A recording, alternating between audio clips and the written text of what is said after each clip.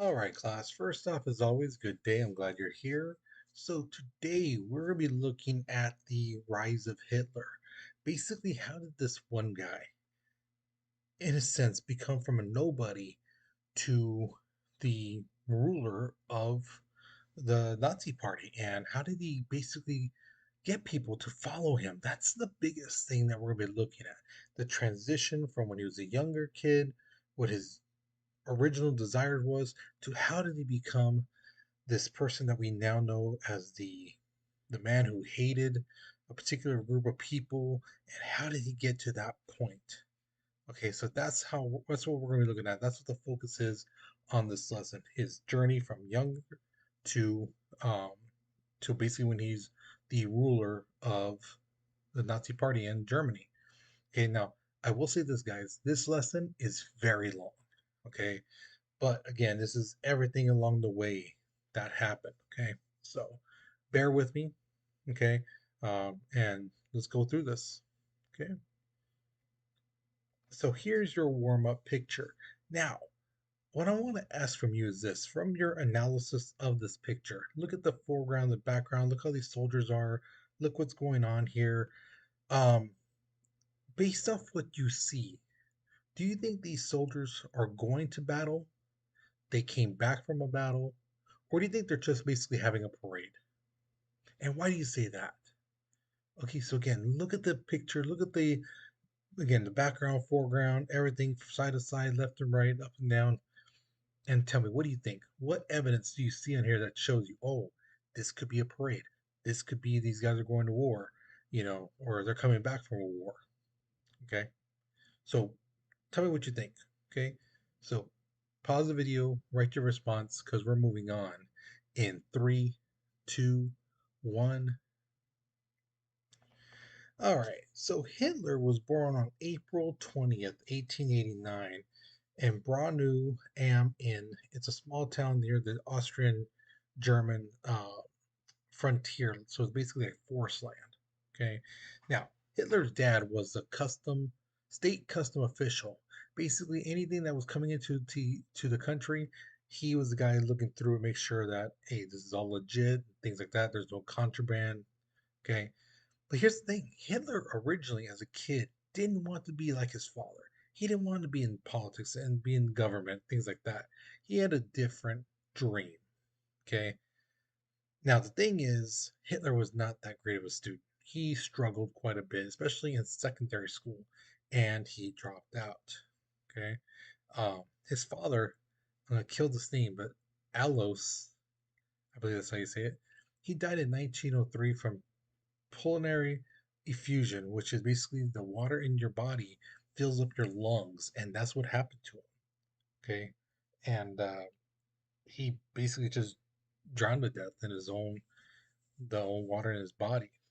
Okay, now Hitler pursued his dream of becoming an artist. That's what he really wanted to do. He wanted to be a painter, and he wanted to paint whatever scenery, mountains and things like that, or buildings, or Greek gods, and whatever it may be. But the thing is, he was actually rejected from the Vienna Academy of Fine Arts. So he sent in pictures, paintings that he did, and they were like, no.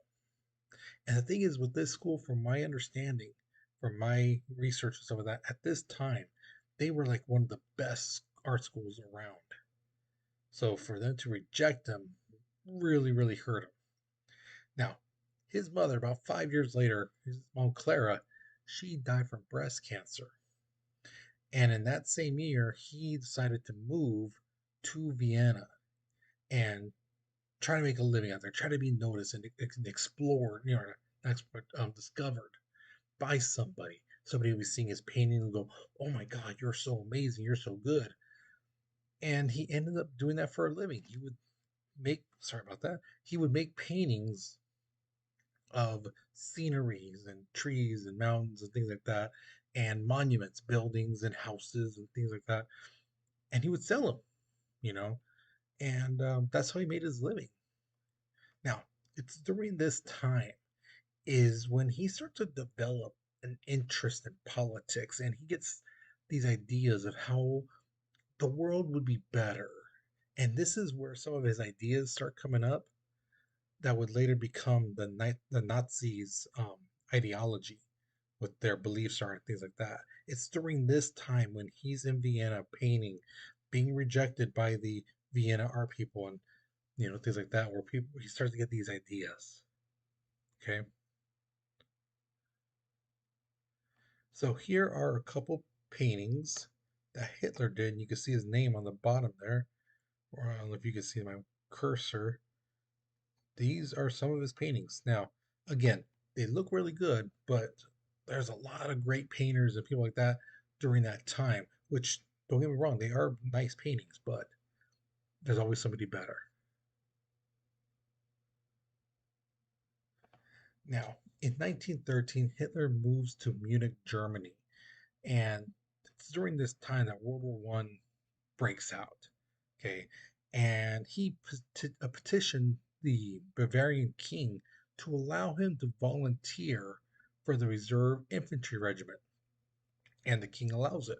Tells him, okay, yeah, you're in the reserves. You're in this other group. You're not one of our citizens, but you can fight for us.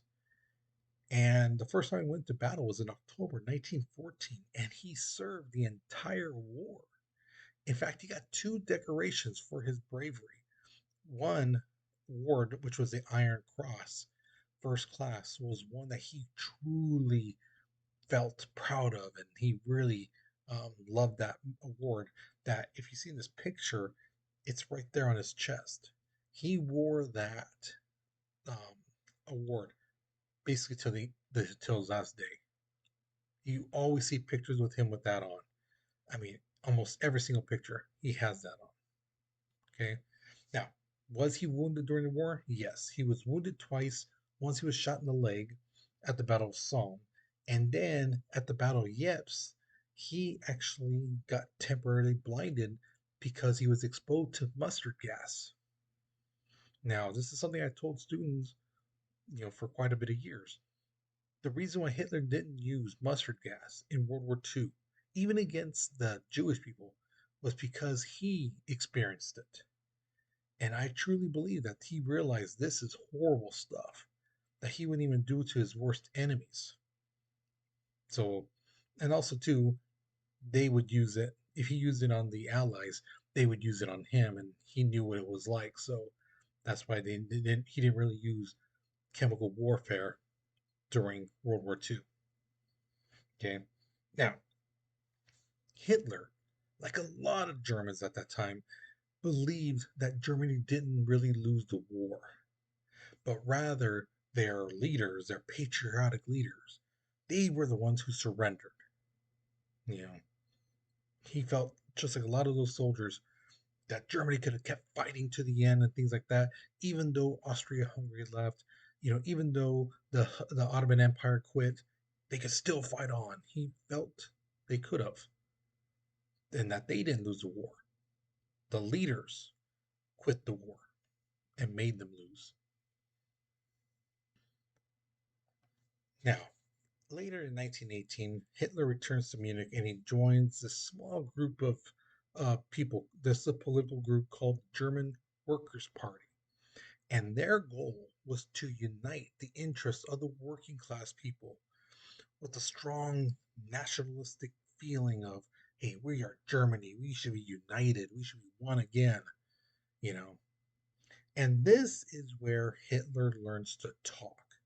Now, if there's anything that you cannot take away from Hitler, is that he's a great public speaker. The man knows how to really give the whole, you know, when he talks. You watch his videos and you may not know what the heck he's talking about, but you can feel the energy and the and this and that. And he's, very dramatic when he's talking.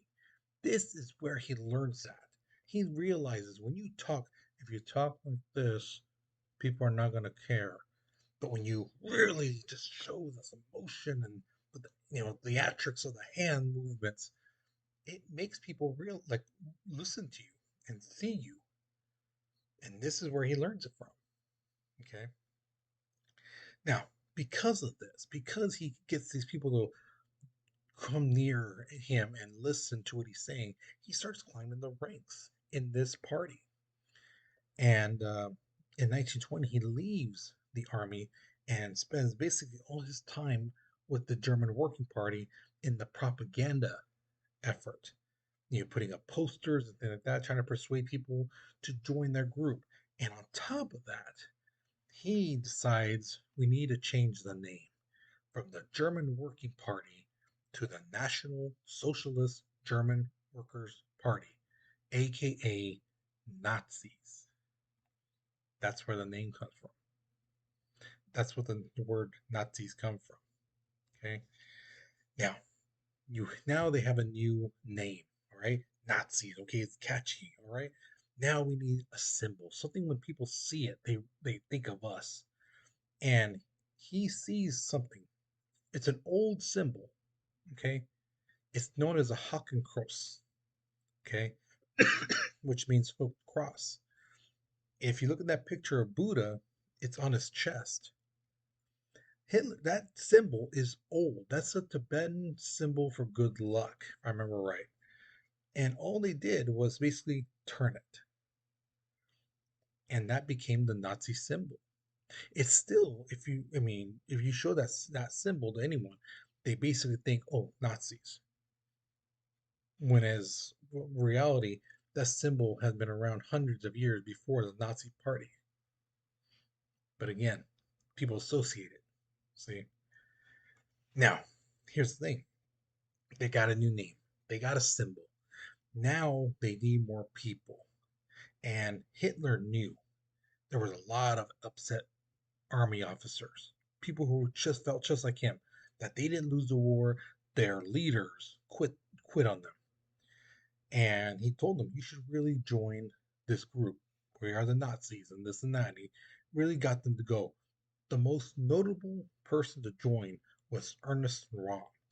And they recruited these guys who were in war, who were tough guys, and they made them be part of the army squad called the uh, I'm going to kill this word, Stromtillum, but it really means Storm Division.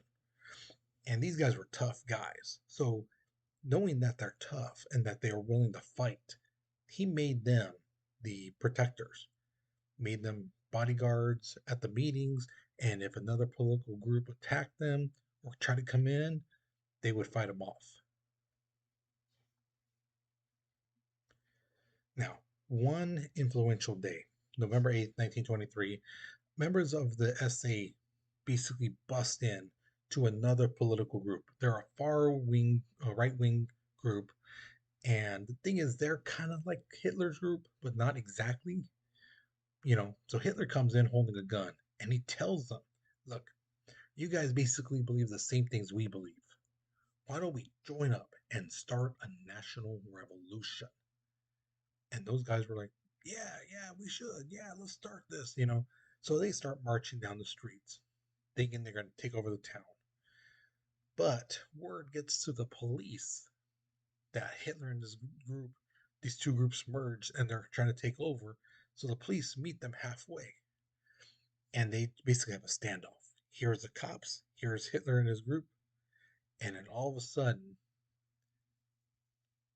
gunshot fires and both sides just start shooting at each other. Hitler ducks out, gets out of the way, right? Well, the other guys are shooting out with the cops. Um, Later, Hitler and the other rebel leaders, they were arrested. Okay. Now, here's the thing.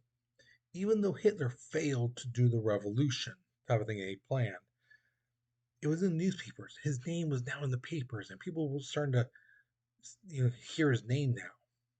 That hey, this guy, political group, and with the Nazis, his name is Adolf Hitler. So he's starting to become known now. And to some people who truly felt what Hitler believed, in that hey, we need to be Germany needs to be united, and we didn't really lose the war. The leaders lost the war for us. They saw him as a hero. Now Hitler was charged with treason. Okay, he was supposed to serve 5 years, but he only did 9 months. And while he was in jail, he started writing this book called Mein Kampf, which means my struggle. Okay, and the thing is, in this book, it talks about nationalism, how a country is better together, united, and all believing the same thing and having the same goals. And also, it was anti Semitic, meaning it was anti Jewish.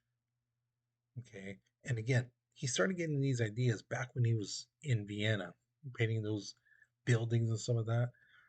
And in this book, it basically laid out his plans of what he would do for Germany and the world, how the Jewish people are basically problems and things like that, how the world would be better off with doing this or that. So thing is, yeah, it was kind of a book. Now, he wrote the second half after he got out of prison. Okay. And at first, when the book was published, it did okay.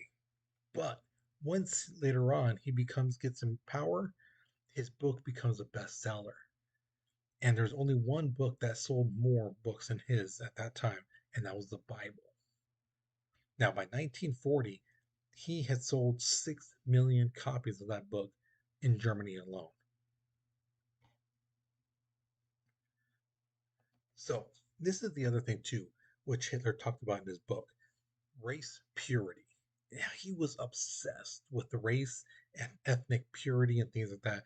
And he basically says in his book that the Aryan people, the Aryan race, even though technically there is no such thing as an Aryan race, there's an Aryan language, but there's not a race. But to him, there was. And the whole blonde hair, blue eye, and all that stuff, he felt that they were the purest and the strongest race of them all. And that's what he basically put in the book. And he addressed how they deserve to be living the best life. They deserve living space. They shouldn't be living cramped up. He suggests that Germany take over land, especially towards the east. He felt those people were inferior, that they were not good enough for that land. That should be our land. Those crops, that land to build buildings and factories, the stuff they dig from the ground, that should be ours. The Slavic people in Austria, Czechoslovakia, Poland, Russia, that should be our land. That was his mentality. Okay. And some people ate that up like it was Ben and Jerry's ice cream, you know. Now, for the most part, during the 1920s, Hitler stayed low, had a low profile. Okay. But during that time, he did something that would later pay dividends. And this is where some people were like, well, how did he brainwash people? It was right here at this point. He reorganized and reshaped the Nazis and created this thing called the Hitler Youth, in which is organized kids and had like basically things to help kids out and things like that. But it was also getting them in the mentality of serving Hitler. I mean, though it made sense, made them say like, "Oh no, you're serving your country." Later on, it'd be no, you're serving me, and they would become the protection squad, the SS. And this was a group that terrorized people. If you watch the movies and things like that, they always wore black uniforms, and they took a personal oath of loyalty to Hitler later on. Okay, and if you look on here on the side, let me raise my little video up there. That's the oath they would have to say every morning. That was basically the Pledge of Allegiance. I swear by God, this holy oath, that I look at the word, want to ever loyally and sincerely serve my people and fatherland, and prepared as a brave and obedient soldier. An obedient soldier does not question orders. See, to risk my life for this oath at any time. In other words, I don't have to. I'm not going to question anything. If I'm told to sacrifice my life, I'll do it. This type of pledge being said every day is being embedded in these guys' heads from when they're kids to when they're adults. Now, after 1929, Himmler he basically takes the SS, and they started off only at like 200 people, and eventually they grew to thousands. And these guys, like I said, would terrorize basically all of Europe and everywhere in World War II. Now, in 1932, there was an election that was going on. Hitler was going to run, but he was also going against his war hero, Paul von Hindenburg. And Hindenburg actually won the presidency. Hitler didn't do too bad. Hitler got 36.8% of the total votes in Germany. Now, during this time, the government was in chaos, okay, due to the Great Depression. People were starving, the money was worthless, um, people were homeless, and things like that. And uh, Hindenburg basically got three chancellors to try to maintain the order, and each one of them failed. So in 1933, Hindenburg tells Hitler, hey, look it, I know things are hectic, but a lot of people listen to you. Will you be my chancellor? Now, Hitler's only 43 years old, and Hitler says, yes, I'll do it.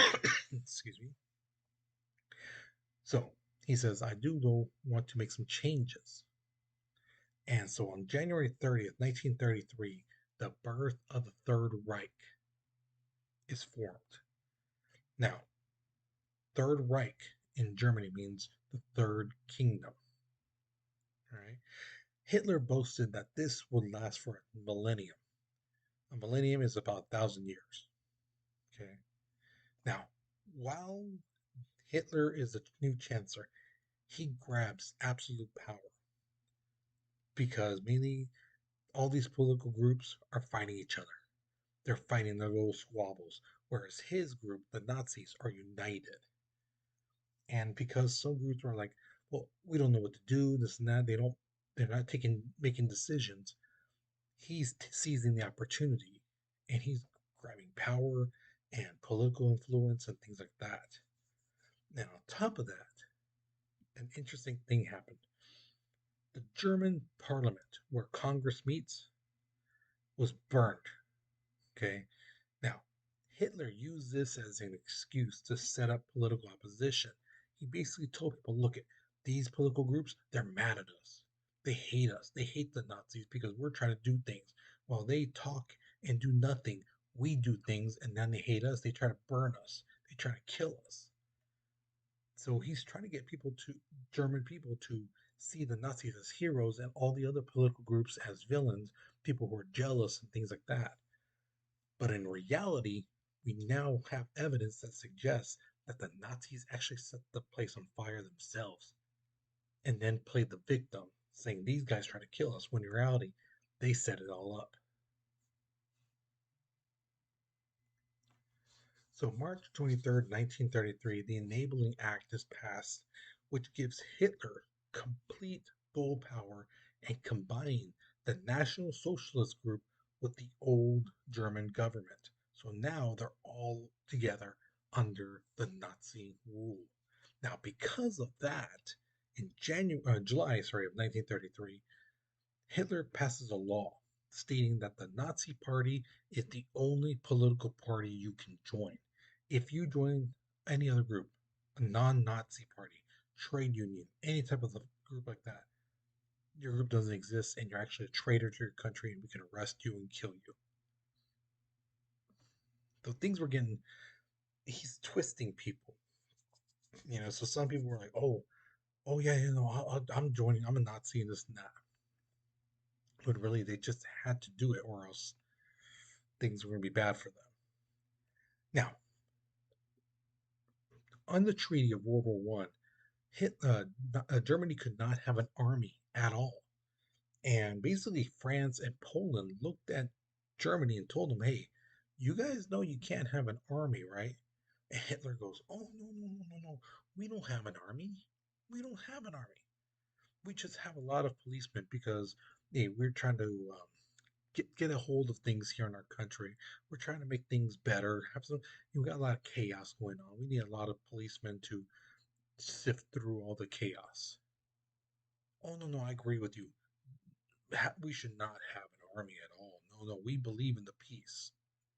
In reality, Hitler was gearing up the police as soldiers.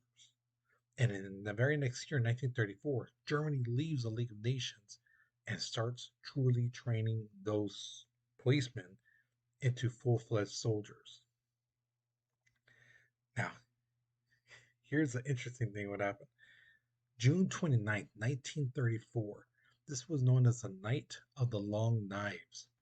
Hundreds of troublesome party members, troublesome Nazis, and former SA officers, those soldiers who fought in World War One, who were used as the protectors and so that, those people, anyone that Hitler saw was troublesome or who might try to take over for against him, you know, he had them killed. All on the same night, at the same time, they were all attacked. So anyone who challenged him, didn't follow him, thought they could do a better job or whatever, they were killed that night. And on August 2nd, 1934, Hitler's hero, Hindenburg, the president of Germany, dies. And then the military leaders basically get together and they say, you know what? We need to have one ruler, not a chancellor or president. We need to combine it. And that's what they do. And they make it to one ultimate ruler. And the word for ultimate ruler in German is Führer. And that's how Hitler becomes the Führer of Germany. So, we talked about how Hitler took the old Tibetan symbol, the old Buddhist symbol, and changed it to make it associated with the Nazis. So, my question to you is this: why do you think it's important for a group or an organization to have a symbol? So, I've shown you some symbols down here. I'm sure you can name, I'm sure you guys can name all of these companies uh, just by seeing the symbol. Even though there's not a word on them, you can tell me which group they are. Okay, so that's what I want to know. What are some possible reasons why a group would attach their name to a symbol and to the point where the symbol becomes, basically when you see it, you're just.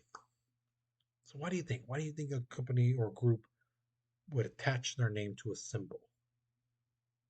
What do they get out of that? What's the importance of that? And if you need some more, think about these companies you see here. Think about them. Why do they have that as a symbol or attach their name to that symbol or to that um, logo? Whatever word you want to use. Okay. So once you've finished this question, you're done with this lesson. Again, I know this one was a little bit longer. I do apologize, um, but I wanted you guys to get this whole thing in one shot. Okay. So with that being said, you guys, you take care, you be safe, and I'll see you guys later. Okay.